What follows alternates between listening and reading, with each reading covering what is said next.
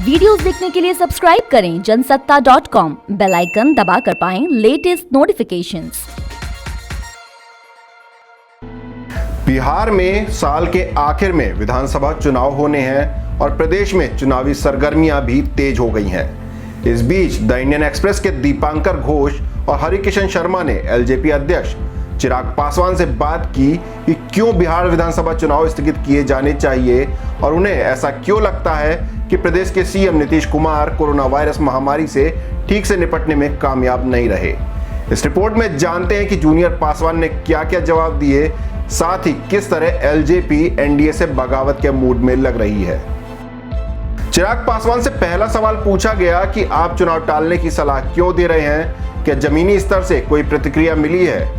उन्होंने कहा कि आखिर में चुनाव आयोग को ही कोई फैसला लेना होता है, लेकिन ये हर राजनीतिक दल की जिम्मेदारी है क्योंकि चुनाव आयोग को सही स्थिति दिखाने के लिए हम जनता के संपर्क में हैं। यही कारण है कि हमने लिखित में दिया है कि एक बड़ी आबादी को खतरे में नहीं डाला जा सकता है। चिराग पासवान ने कहा कि आचार संहिता लागू होने के बाद मतदान होने तक 4 से 6 सप्ताह तक चुनाव प्रचार होता है।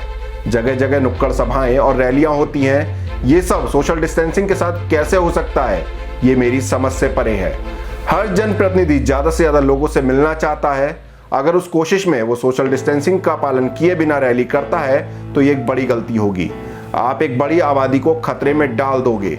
आप जानबूझकर लोगों को मौत के मुंह में नहीं डाल सकते हैं। चिराग पासवान से दूसरा सवाल पूछा गया कि क्या आपने अपने सहयोगी दलों से बात की है। उन्होंने जवाब दिया, हाँ, मैंने बीजेपी के राष्ट्रीय अध्यक्ष जेपी नड्डा से बात की है। मैंने उनको स्पष्ट रूप से बता दिया है कि बिहार अभी चुनाव के लिए तैयार नहीं है। तीसरे सवाल में चिराग पासवान से पूछा गया कि नड्डा ने आपसे क्या कहा।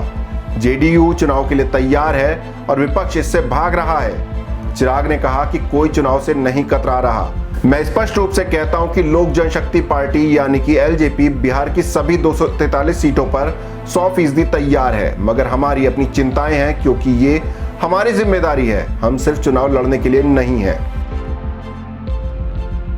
चौथे सवाल में चिराग से पूछा गया कि क्या आप मानते हैं डिजिटल प्रचार अभियान से कुछ दलों या दूसरों को नुकसान पहुंचता है। उन्होंने कहा कि यह किसी पार्टी के लिए नुकसान की बात नहीं है, ये समाज के एक बड़े वर्ग के लिए नुकसानदायक है, वो वर्ग जो आर्थिक रूप से पिछड़ा है। अगर आप बिहार के किसी गांव में जाते हैं तो देखेंगे कि कितने कम लोगों के पास स्मार्टफोन है, कितने लोगों के पास इंटरनेट है या वो तकनीक को कितनी अच्छी तरह समझते हैं।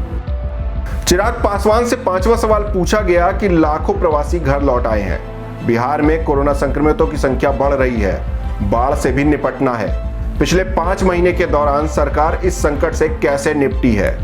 उन्होंने जवाब दिया कि सरकार अच्छे से निपट सकती थी, बहुत अच्छे से निपट सकती थी। बाढ़ पर हम हर साल वही तस्वीर देखते हैं। मौजूदा सीएम के पास पिछले 15 साल का अनुभव है, वो 15 साल से इसे देख रहे हैं। क्या बदलाव आया। मैंने बार बार नदियों को जोड़ने के लिए पत्र लिखा जिसे हमें अमल में लाना चाहिए। मैं भविष्यवाणी कर सकता हूं कि अगले साल भी इस साल जैसा ही होगा। कोरोना की बात करें तो टेस्टिंग के बाद कुछ नहीं है। क्वारंटाइन सेंटरों से भयानक रिपोर्ट्स आ रही हैं। एक दिन भी ऐसा नहीं बीतता जब अस्पतालों से खराब तस्वीरें नहीं आती।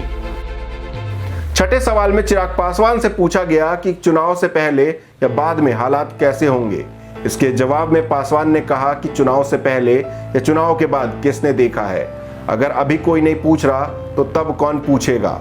इस रिपोर्ट में हमने आपको बताया कि चिराग पासवान ने बिहार चुनाव को लेकर क्या राय दी है। आपको क्या लगता है, क्या एलजेपी एनडीए से बगावत करने के मूड में है? आप अपनी राय कमेंट बॉक्स में जरूर बताएं। बिहार चुनाव से जुड़ी हर खबर से रूबरू होने के लिए बने रहिए जनसत्ता के साथ।